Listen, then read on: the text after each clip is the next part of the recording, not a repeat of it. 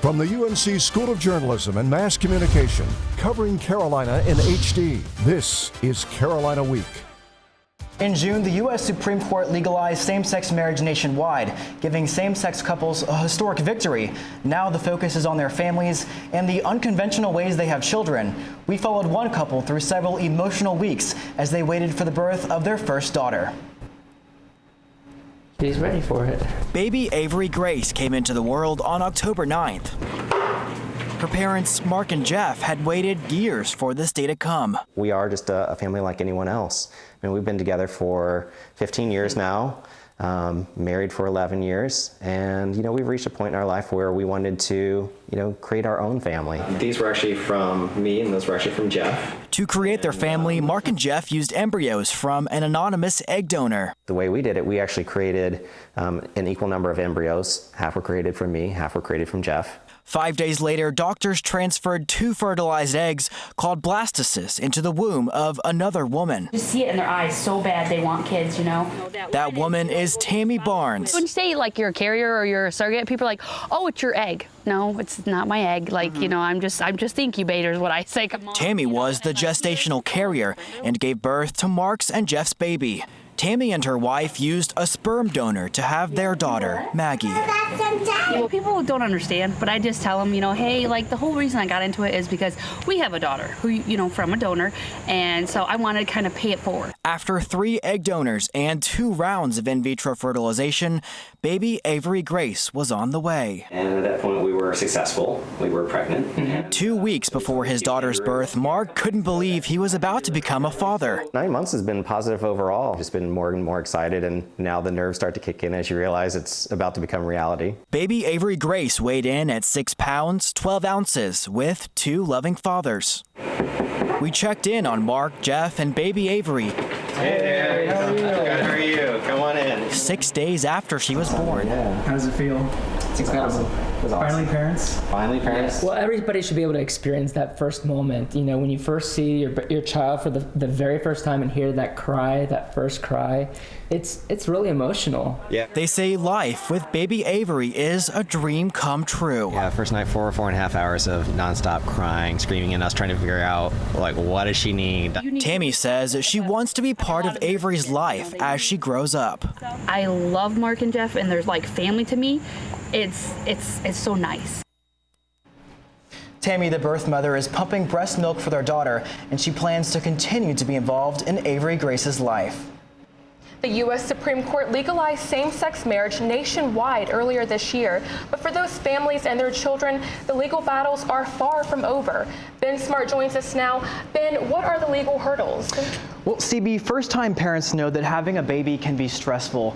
But on top of that, can you imagine having to spend several $1,000s and waiting several months just to have your family legally recognized? It sounds crazy, doesn't it? Well, a maze of parenting laws in North Carolina is making this a reality for one same-sex couple. Also, during our shower, people gave us lots of advice for all those diaper changes we're going to be doing. Diapers. Names picked out. 15 names, but we have probably our top 5. Piles of clothes for their baby girl. She's got to have her little tutu going on. The scheduled C-section is just 2 weeks away. Yeah, we're very excited. I mean, I would say a little anxious too. Same-sex couple Mark and Jeff are having a baby through in vitro fertilization. Their friend Tammy is the surrogate mother. They were looking at the ultrasound pictures, and he's like, Daddy's princess. They already love their daughter. But in the eyes of the law, that's not enough to become legal parents. We are both going to independently adopt our own child as if she was a complete stranger. To do that, they've hired the help of attorney Jennifer Tharrington. Mark and Jeff are adopting their child because North Carolina doesn't currently have any laws that contemplate a married same-sex couple having a baby. The current state law assumes the person who gives birth to a baby is listed as parent number 1 on the birth certificate. The law says her husband or known biological father is listed as parent number 2. But Mark and Jeff say they don't want to know which of them is the genetic father. I mean, for us, it's not, one is neither more a dad than the other. We're both equal in this. And so we said, what does it really matter? She's ready for it. Baby Avery Grace came into the world on October 9th. She lives with her two fathers, but for now, Tammy is the legal mother. To me, it's just stupid. I mean, I'm not the parent, I'm just the carrier, but the laws don't see that. The laws have not caught up to where our families are growing and changing. The adoption is expected to take 4 months. They're not totally unprotected, but yeah, they're in legal limbo for a while. The adoption process takes time and lots of money. Letters of reference, full financial disclosures, autobiographies, 3 home visits by social workers, criminal background checks, psychological evaluations, and lawyers' fees. It could be $4,000 or $5,000 to go through the adoption, and I think that is a challenge. Until their legal parents, Mark and Jeff have few parental rights. In May of this year, North Carolina Vital Records allowed 2 same-sex female parents to be listed on their child's birth certificate, but CB, as of now, same-sex male couples don't have that same right. Wow, well, Ben Smart, thanks for joining us. Nearly 8% of students say they're currently using illegal drugs other than marijuana. These drugs include cocaine, heroin, and LSD.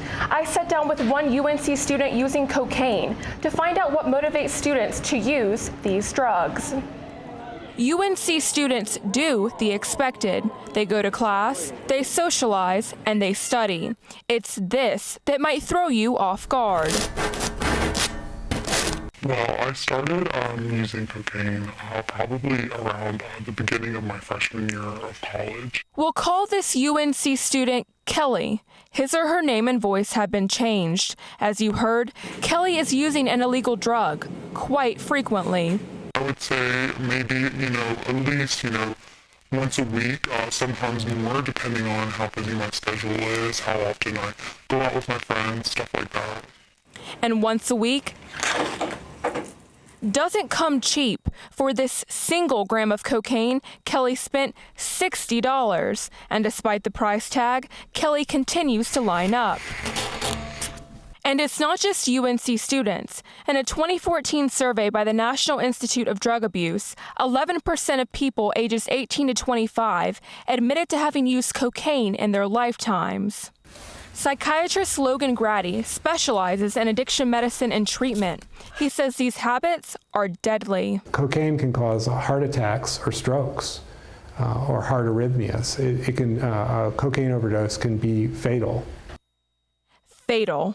Then why are Kelly and other students using these sorts of drugs? Andrea Hussong is the director of the Center for Developmental Science. She says knowing the health hazards isn't enough. Simply knowing that one thing may not be the best choice for us doesn't tell us how to make the best choice for us. To stop drug abuse, Hussong says students have to learn how to cope with stresses. How do I deal with the stress or the suffering that I'm feeling? Or how do I just sort of let go of the stress I feel like I'm under? For now, Kelly's not ready to quit. I would like to think that, it's just something that I'm going to be doing in college, but, you never really know. But there's help. If you or someone you know is struggling with addiction, call the people who can provide that help. We've put a link and a phone number on our website, carolinaweek.org.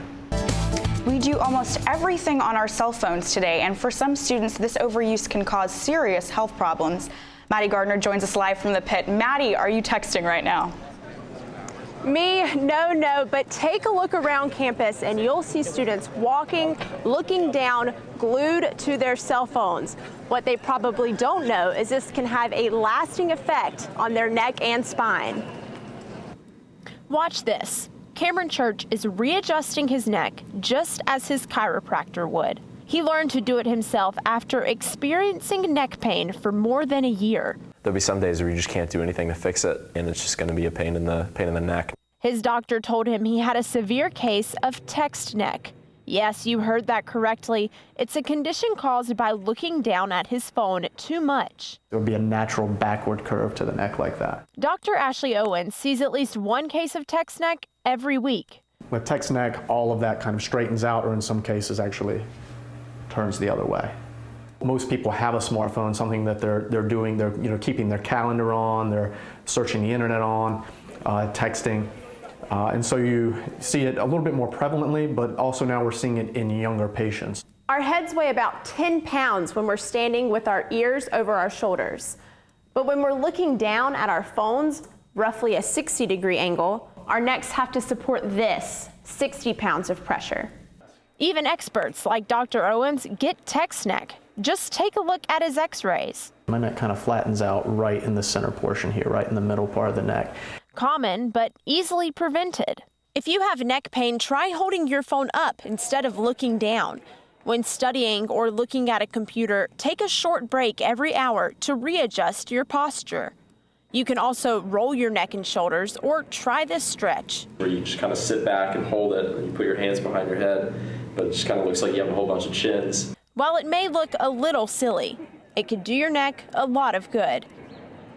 That really makes me want to readjust. I know I'm guilty of bad texting posture. I find myself hunched down looking over at my phone all the time. But Maddie, we've been hunched over books for years. Why is this just now becoming a problem? You know, I asked Dr. Owens about that, and he said this condition, the flattening of the neck, it's not new. But with more people texting, he's seeing more cases of text neck, and it's showing up in his younger patients. Thanks, Maddie. I'll definitely try to pay a bit more attention to my posture, but limiting my texting, probably not going to happen.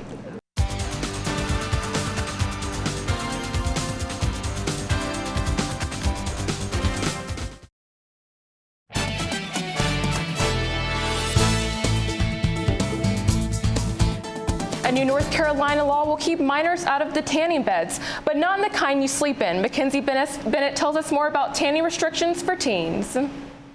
Gabby Dinsbeer has been tanning regularly since she was 14 years old. I even remember one time I left school at lunch because I knew I wasn't going to have time to go after school to go to the tanning bed, so I took my lunch break and I went to the tanning bed. Before she turned 18, Gabby had to get her parents' permission to tan, but now it's no longer up to the parents.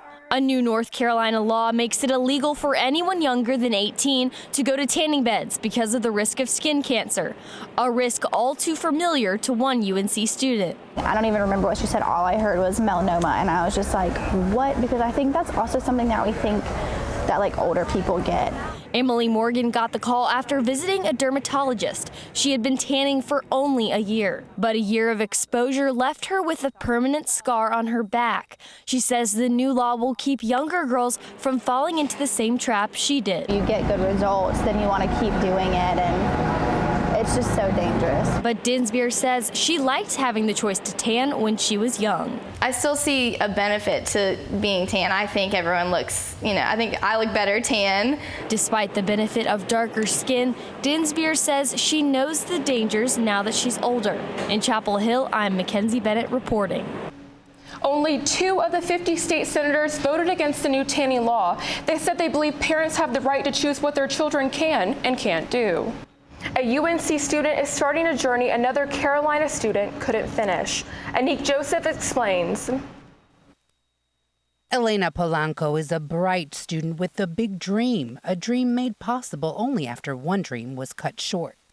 When I found out that I was a recipient of Faith Smiles Scholarship, I was honored. I was so overjoyed because not having the means to go to school is a big thing in our Native American communities. Faith Hedgepeth, a UNC student from the same community, also wanted to get an education, but she never reached her goal. People are learning about her more and more every time another year passes, even though no one knows what happened to her. Faith Hedgepeth was found dead here 3 years ago. According to an autopsy, she died of blunt force trauma to the head. No one's been arrested in connection with her death. The Hedgepeth family has created a scholarship in her name. This is just our way of kind of keeping her legacy. Rolanda Hedgepeth says she hopes the scholarship keeps her sister's name alive. I pray that people don't forget her. She was a good person. I'm not just saying that because she was my sister. She truly was a good person. She cared about a lot of people. She's impacted people more in the past 2-3 years than somebody could have in living a full life. In Chapel Hill, I'm Anik Joseph reporting.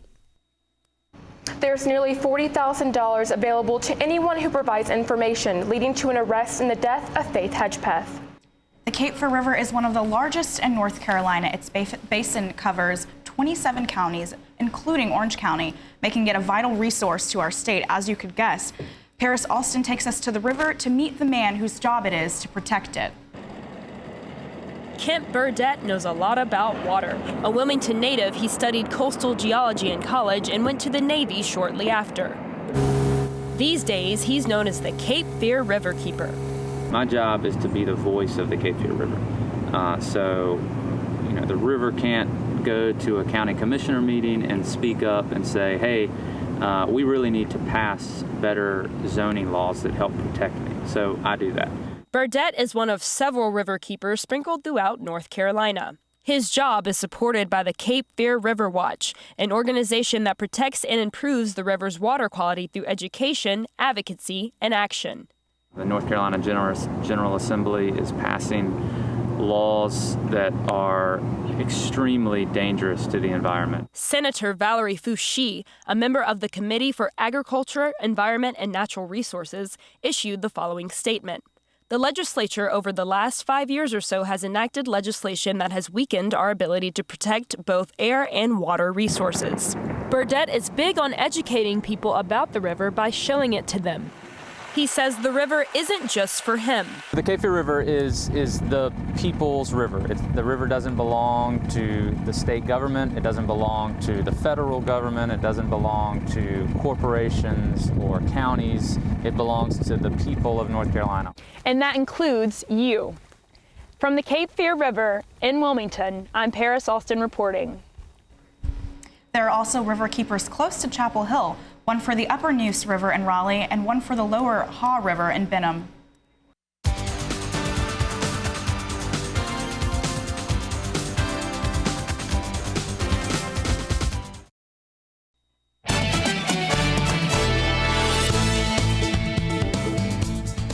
Sprained ankles, broken bones, and stomach pains are just a few of the reasons you might take a trip to the ER. The long wait times can be enough to drive anyone crazy. But there's a new option for area residents. Reporter Bailey Pennington explains. No one wants to be admitted to the hospital, but accidents happen, like broken fingers. My finger got crushed. And it broke like right under my nail bed. This minor injury turned into a major wait time. They were pretty quick about getting my x-ray, but then for the results to come back, we fell asleep because we were waiting for so long. A 20-minute drive down the road would have made a big difference. UNC Hospital's Hillsborough campus recently opened and is available to students, and it offers significantly shorter wait times. Right now, you're going immediately back to a room, so you're not waiting. So you're getting in the room in under 15 minutes. You're seeing the physician in about 15 minutes. The Hillsborough Hospital opened in July, but won't be fully operational until October. So far, the emergency department has helped 2,000 people. If the student is looking for a place to access care, then we're a good place because we can be very timely. UNC's main campus hospital has a capacity of 800 beds and many specialized departments like children's and cancer centers, with paid parking garages across and down the street.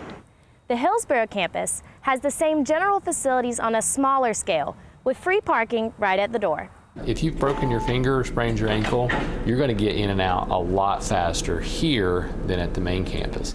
And the more that we have those kind of patients come here and use us, then there's going to be less demand for the services at the main campus, so that emergency department can focus on the heart attacks and the traumas that they do so well. If it's only 20 minutes away and it's closer, I think it's definitely a good resource for students. Yeah, I had no idea that that was even an option. I probably would have gone there. Now McIntosh and her fellow students have a choice. In Hillsborough, I'm Bailey Pennington reporting. Currently, there are plans for a campus shuttle, but students right now have to drive to that Hillsborough location. What do our students do during fall break? Our Brett Thompson stopped by a mini UNC Sports Museum in his hometown of Lincolnton during his time away from campus. The Carolina Basketball Museum stands as the world's biggest shrine to UNC athletics. To find possibly the second biggest one, you'd have to travel 166 miles to Lincolnton, North Carolina. Lincolnton is a small town in central North Carolina, home to many unique places, like the Barbecue King. Not just one, but two different McDonald's. Or hey, there's even a super Walmart here. All of those are great spots, no doubt, but one of Lincolnton's hidden gems comes in the form of a dentist office. When found out that there was some flooring from Woolen Gym, I decided that I would purchase some floor and put it in my reception room. Dr. John Cloninger III's office is a mini UNC museum. The waiting room floor is just part of a large collection of Tar Heel memorabilia, including original paintings, autographs, and even Larry Miller's 1968 ACC tournament MVP plaque.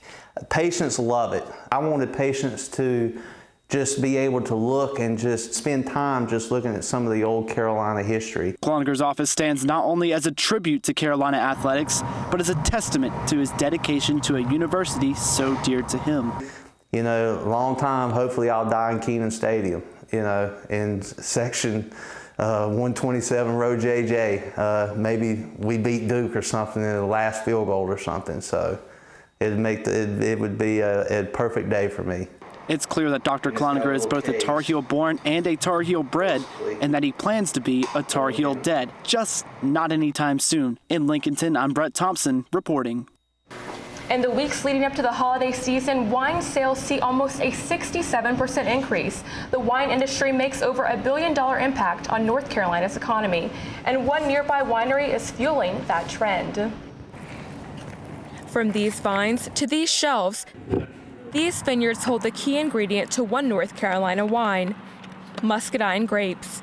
And since 1976, Duplin Winery has been picking lots of them. Jonathan Fussel's family started Duplin Winery 40 years ago. They had two choices. What is a good old Baptist going to do? We're either going to make wine, which we didn't believe in, or make jelly. We knew there was no money in making jelly, so we said we converted to be Methodist, and now we make wine. Making wine turned out to be the right choice. This year we're going to do about 406,000 cases. So we're the state's oldest and largest winery, and we're also the largest winery in the South. Each year, Duplin Winery harvests grapes from more than 1,700 acres, located in North Carolina, South Carolina, Mississippi, and Florida. From there, the grapes take a winding trip for removal of twigs and debris. The juice is then pressed, fermented in large steel tanks at a secret temperature, glass bottles readied, filled, then labeled and timed to be shipped. Kenneth Hall is quite protective of his shipment. Every 4 months I get a shipment, long time. Well, I got to pick up though. I pick mine up. I don't want nobody to drop mine at the house. So if I drop it at the house, I might not get it. And their most popular pick is Hatteras Red. Folks have been sipping since 1986.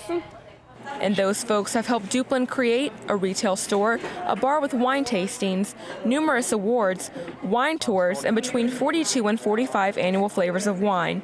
For Fussell, it's all about the customers. This is a good southern winery, and we're going to treat people well. And treating people well means keeping things simple. We're not the type of winery that drinks your wine with the pinky out. Heck, if you want to use a solo cup, that's fine with us. For the upcoming festivities, Duplin Wine has already released 3 holiday-themed flavors. Another way to get fresh ingredients is to go straight to the farm. More people are visiting North Carolina farms to get fresh produce and to learn more about how it's grown. Sharon Nunn shows us what agritourism is all about. And the blueberries. But not just blueberries. It's bigger than the other apples. Apples. This is Nivea.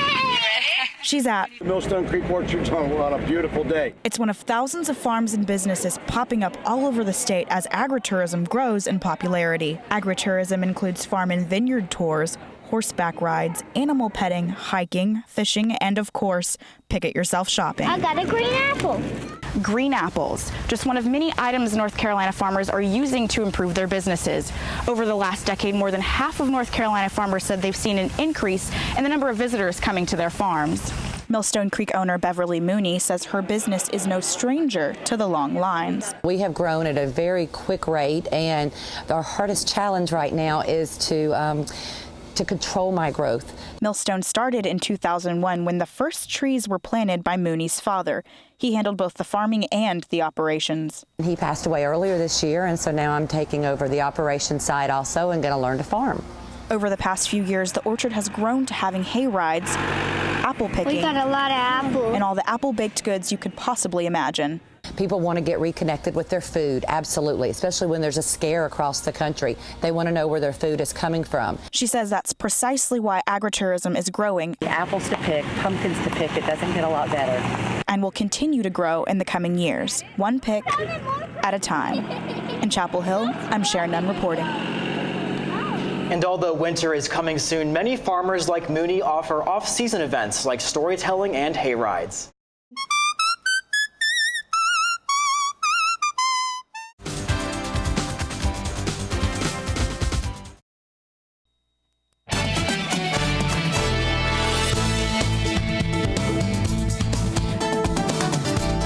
Every year, thousands of students take advantage of UNC's more than 300 study abroad programs in more than 70 countries across the world. One of those students is Carolina Week reporter Jacqueline Lee. She's spending this semester in China and tells us how cultural masters are essential to maintaining the country's rich heritage.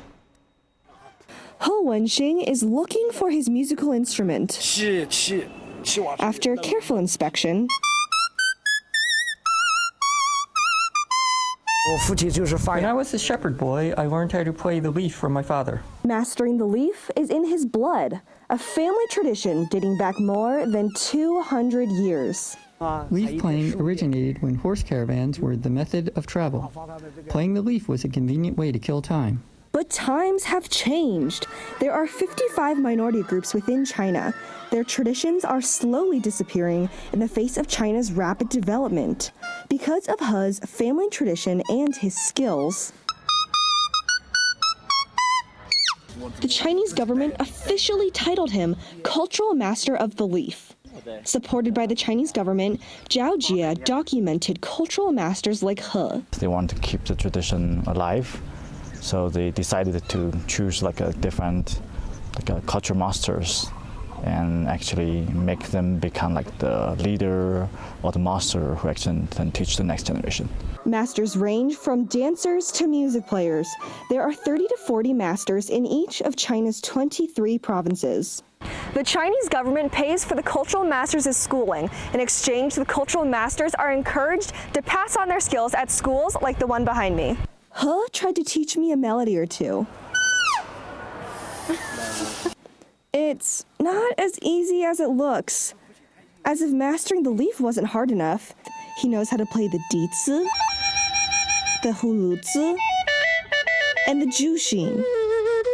Here in his music room, he showed me he can play more than 20 other instruments. By knowing a variety, I can be included in different ethnic cultures and perform with their music groups. He told me music simply brings him happiness. It does that for his countrymen too. In Kunming, China, I'm Jacqueline Lee reporting.